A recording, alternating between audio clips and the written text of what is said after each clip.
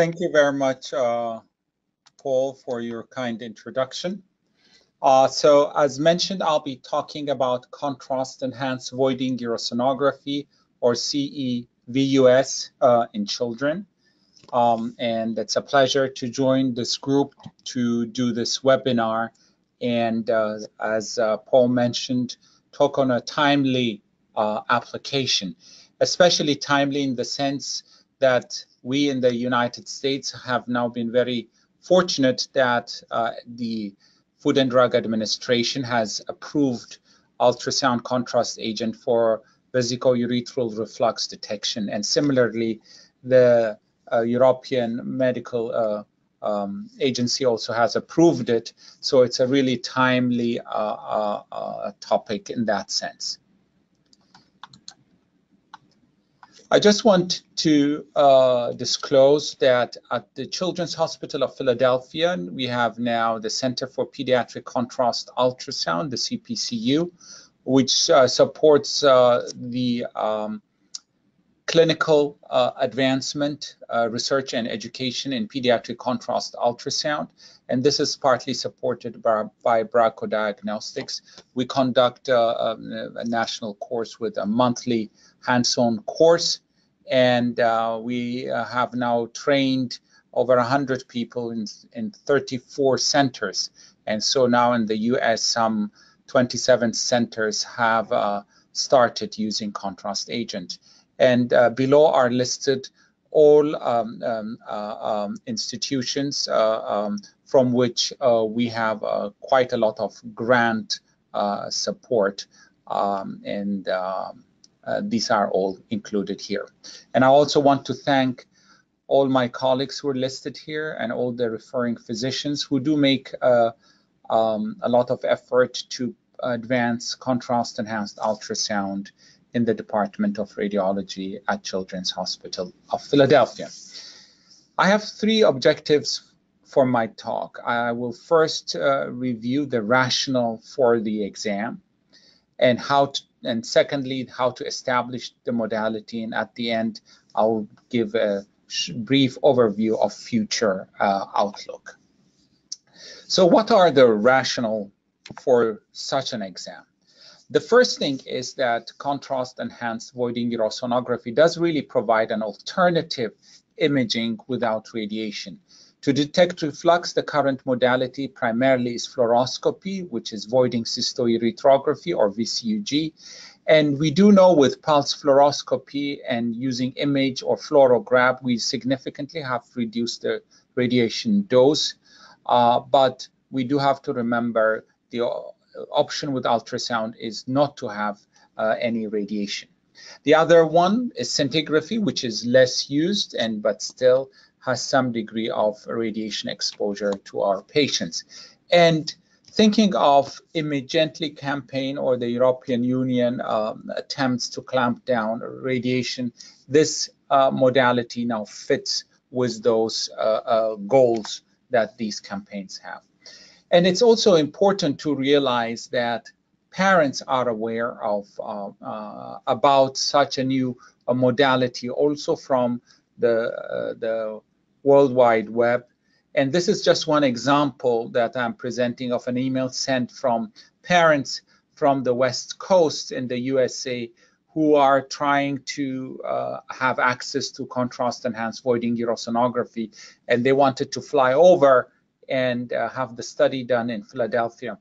Of course, it's very hard sometimes to convince parents that a flight may have more radiation than a fluoroscopy for a VCUG, but that's something you may not always convince parents of. And I have to tell you that we had international patients just coming for this purpose, and that should really not happen. This is a simple exam that can be offered by different institutions and can be easily adopted. So I highly encourage for pediatric institutions to do so. Let me give you an example of one patient. She's a female, 4 months old, and this was in an outside hospital. She presented with fever of 4 days. They did at that time urine culture, which was E. coli positive, and the ultrasound was carried out of the kidneys and the bladder, and VCUG was done. Based on the results, the pediatrician put her on antibiotic prophylaxis for a long period. So this was the outside VCUG, and you see the reflux on the left side. If you carefully look, the renal pelvis is drooping. There's a positive drooping lily sign, which indicates it's a duplex system. So this is the lower moiety being filled with contrast.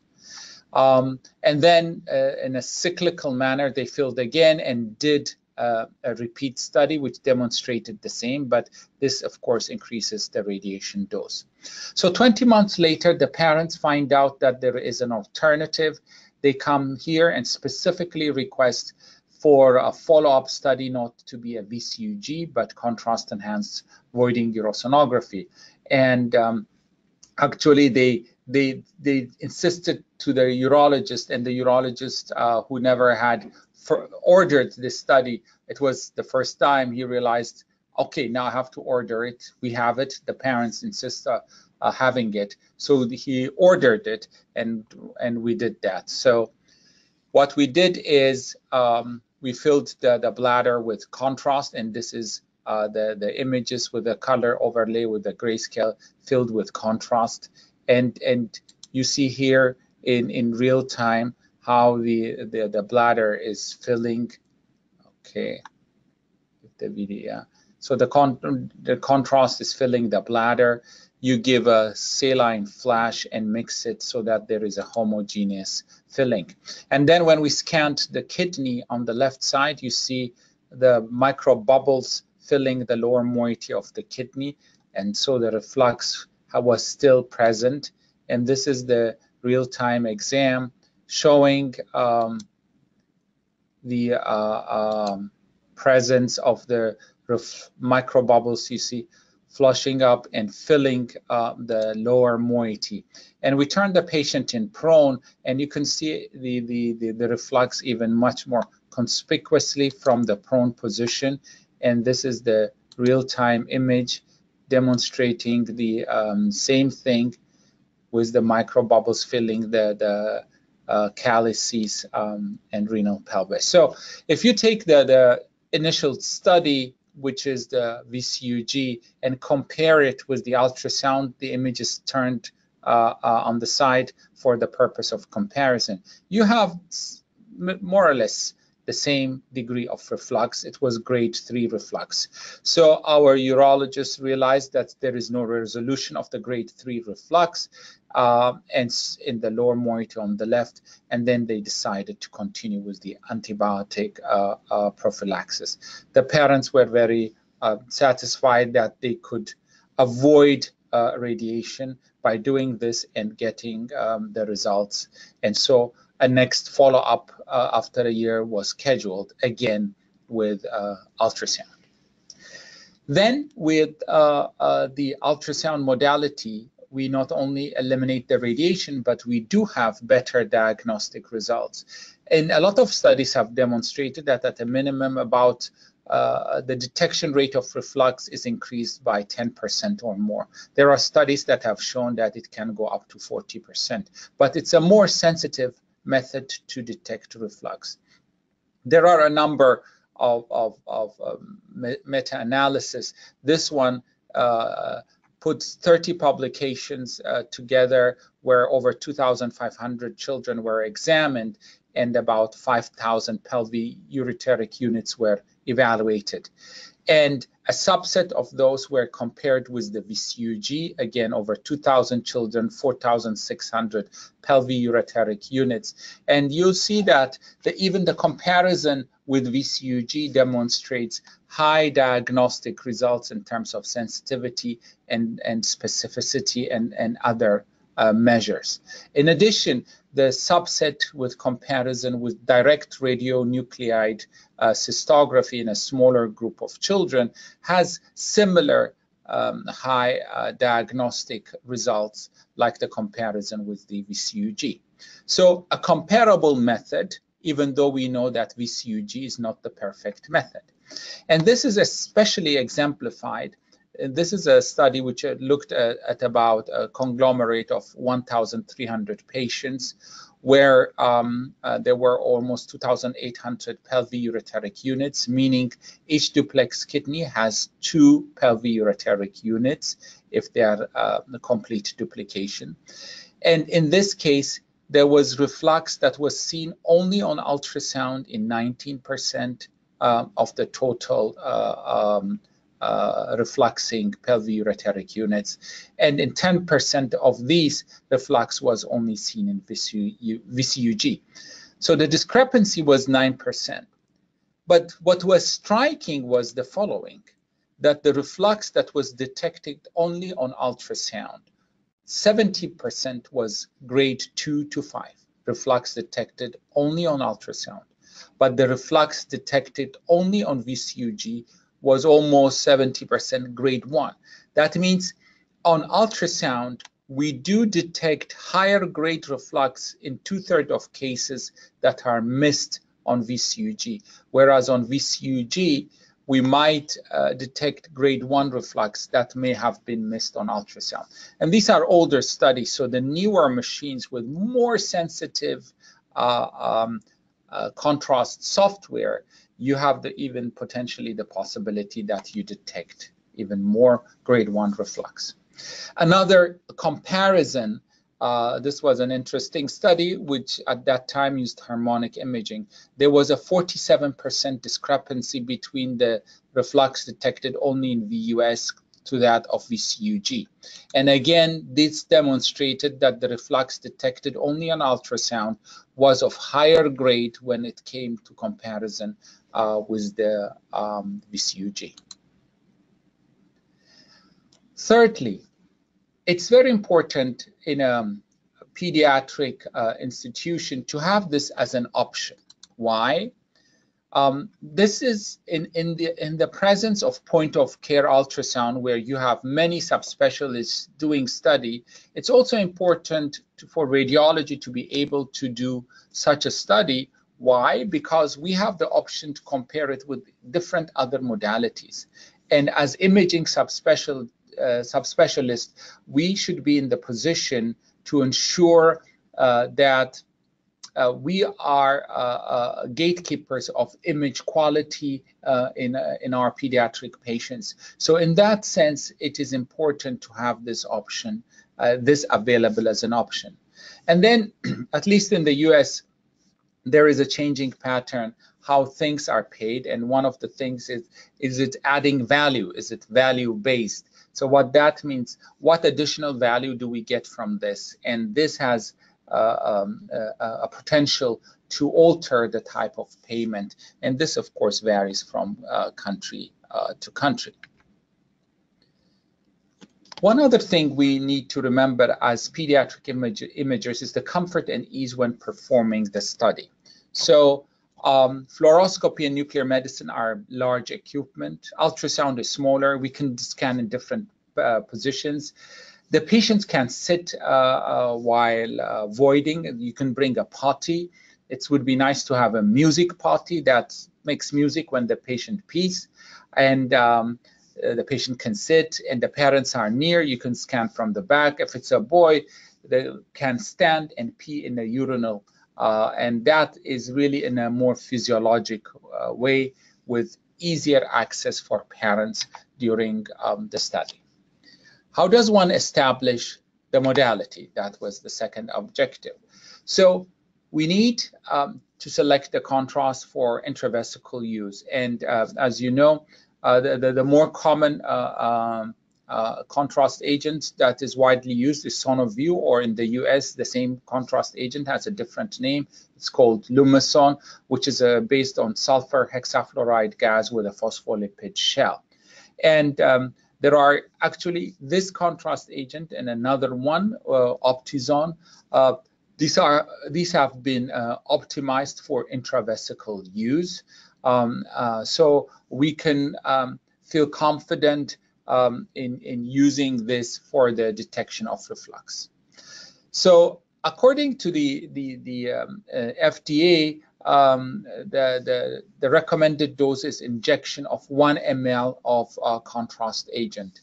We have come to realize really the dose of contrast agent depends significantly on the ultrasound scanner you use. It depends on the transducer you use, and also on the settings of the machines. So we did find that 1 ml of contrast is way too high for such a study. So now we are really using about 0.2 ml. Unfortunately, this has to be adjusted to your machine, but the tendency is that you would need much less than more. Especially there are newer machines coming out which are even much more sensitive, so that you may need to be reducing the dose. Alternatively, one can use an infusion, that is, mix the contrast agent beforehand with normal saline and then infuse that into the bladder. And for that purpose, 0.1 to 0.5% may suffice. We commonly use about 0.2% suspension of the contrast agent. Because it's pre-mixed, there is the possibility of a homogeneous filling of the bladder, which is much easier. And for those starting, I really recommend to do the infusion so as not to have the problem of inhomogeneous filling of the bladder. When it comes to safety, we have to realize that in order to introduce the contrast agent into the bladder, we do have to put a bladder catheter in most cases. You can also inject, use a needle and puncture the bladder and put contrast, but the common way of doing it is put a catheter. And there have been studies that have demonstrated that independent of what you fill the bladder, just the mere catheterization can cause a number of symptoms. So we have to keep in mind to differentiate symptoms caused by catheterization versus those by the filling of the bladder. Fortunately, we have an extensive safety evaluation of the intravesical administration of contrast agents. This is a conglomerate of studies over 7,000 children. The percentage of adverse event was 0.8%. And as you see, it is predominantly dysuria, transient macrohematuria, or abdominal discomfort. And all these potentially much more related to bladder catheterization than the contrast agent itself. This specific study evaluated children, over 1,000 children, just for the safety study. The others were a combination of comparative study, but this was dedicated safety. And the nice thing was a comprehensive safety evaluation was carried out, including a follow-up after a week. And in this study, the adverse events that were reported were 3.7%, but all were minor, self-limited, and no need for treatment. So overall, there is a high safety profile when it comes to intravesical use of the contrast agent. If you want to start tomorrow this contrast enhanced voiding urosonography, which patients use? So the first focus should be evaluating the vesico-urethral reflux, and to see then the second urethral pathology, and then the combination. So for primarily, it's easier to do it in follow-up study and girls' first reflux exam and for screening. And once that's well established, you'd want to go to boys' first reflux exam, because this would entail a detailed evaluation of the urethra. Of course, if you don't see a kidney or a bladder, which happens in patients with severe scoliosis, then you may want to resort to a VCUG. The study can be done in the fluoroscopy room, bringing an ultrasound machine, or it can be done in the ultrasound room. And in our case, we train the sonographers and the radiologists, and this will depend on the institution.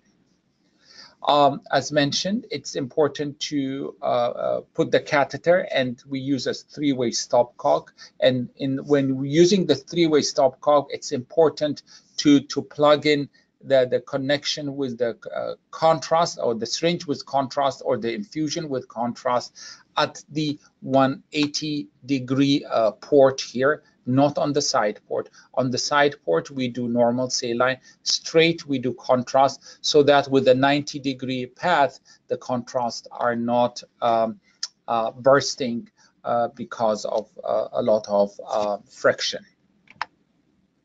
When you inject, it's the same, but it would be, if you inject directly, to have the bladder filled with a little bit normal saline would be important.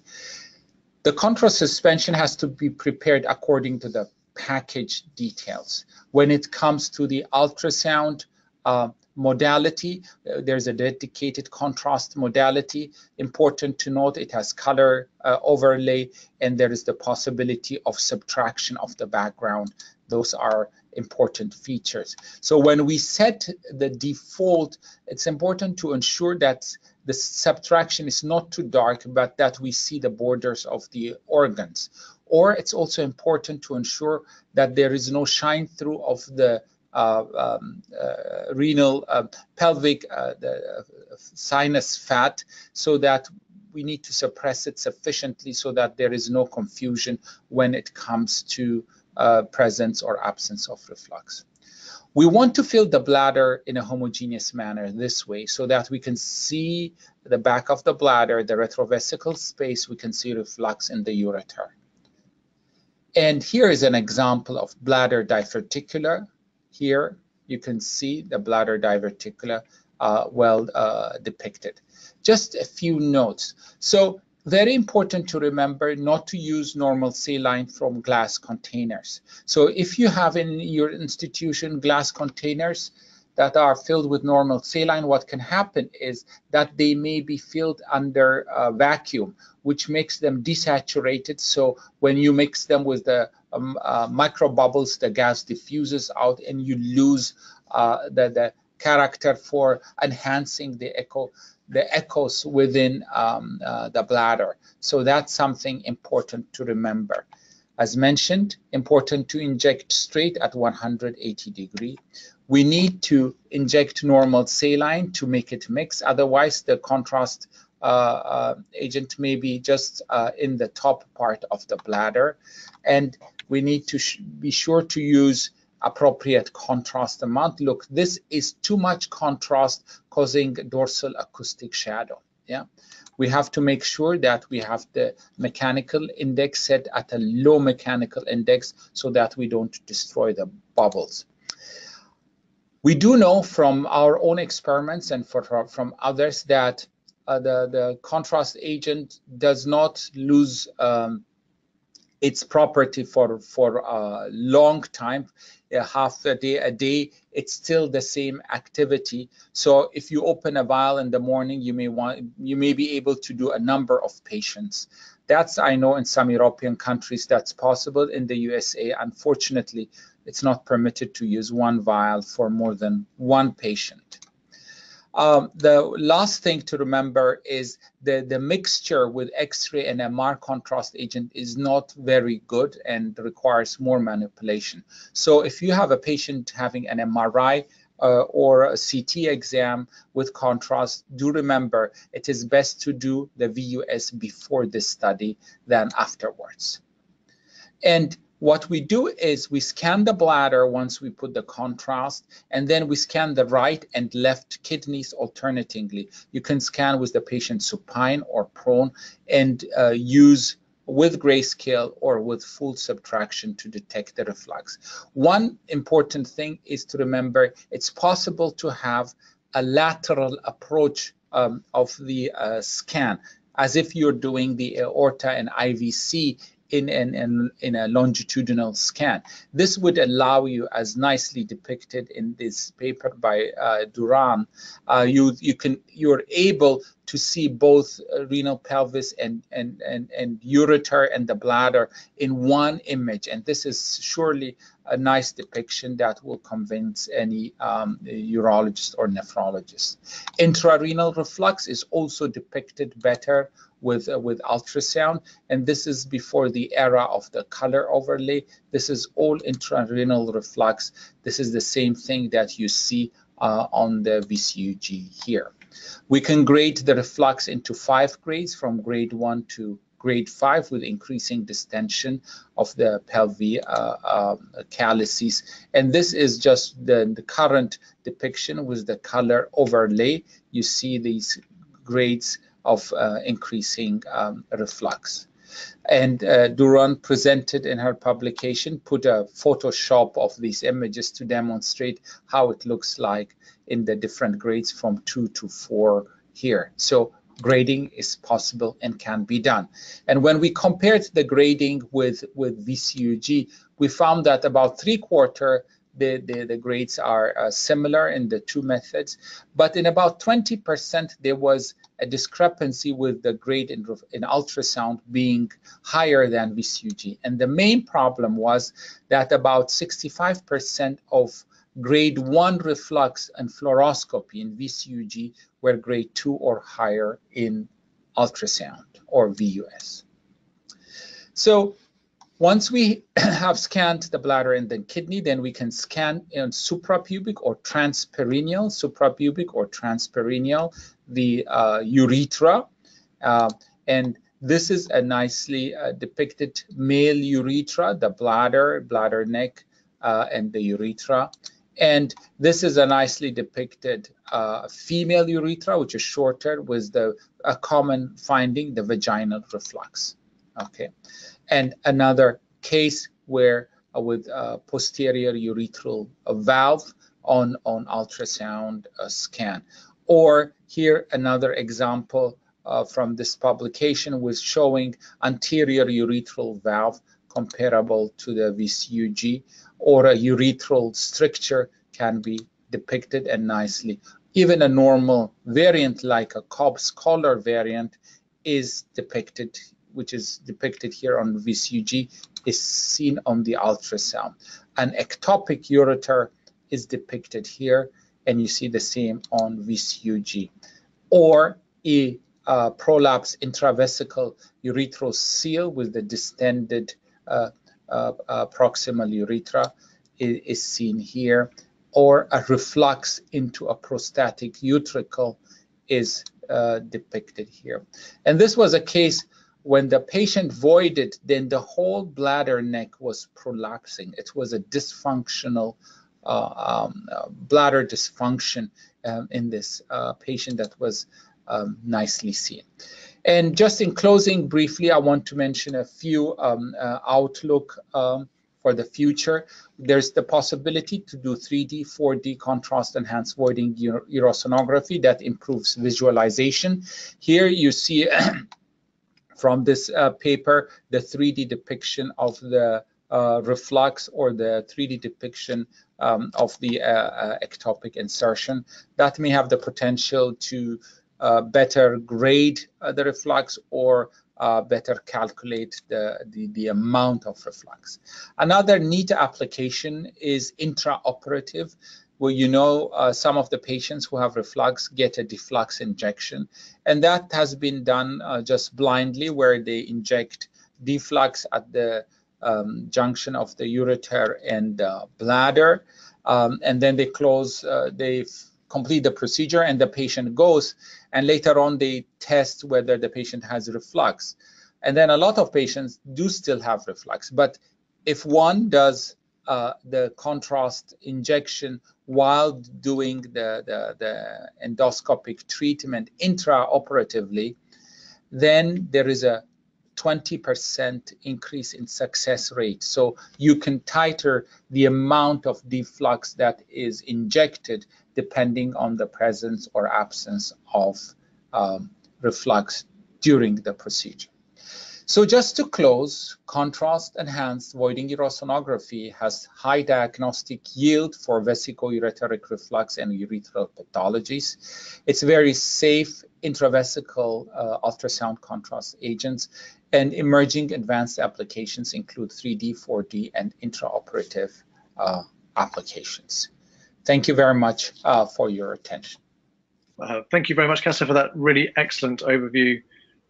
Always excellent to hear your opinions and your thoughts on the process, the utility of voiding urosonography, and the potential future applications. I think it's really exciting. We have a few questions from the audience that I can put to you. Some of them are reiterative, but I think quite important and quite useful. So the first question is from Vanessa Engelbrecht, and please do forgive me, everyone, if I mispronounce any of your names. And Vanessa asks, is the contrast medium safe, i.e. the microbubbles, as with gadolinium being safe until now? So all studies that have been done, and there are now tens of thousands of published studies, have demonstrated that the intravesical application is safe.